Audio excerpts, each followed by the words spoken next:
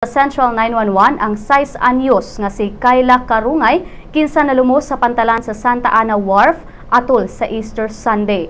Kauban ang iyang kaluha ug igagaw naligo sa wharf si Karungay ug wala nabantayan. Sa dihang namatikdan nga nangalumos na ang duha ra ka mga bata ang naluwas samtang si Karungay missing paghihapon hangtod karon ug gituoang namatay na. Ug ganiya ang laing mga balita gikan sa ubang parte sa nasod.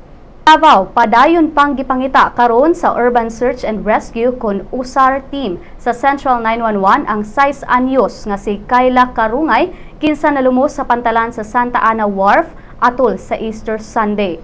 Kauban ang iyang kaluha ug igagaw naligo sa wharf si Karungay ug wala nabantayan. Sa dihang namatikdan nga nangalumos na ang duha ra ka mga bata ang naluwas samtang si Karungay missing paghihapon hangtod karon ug gituoang namatay na.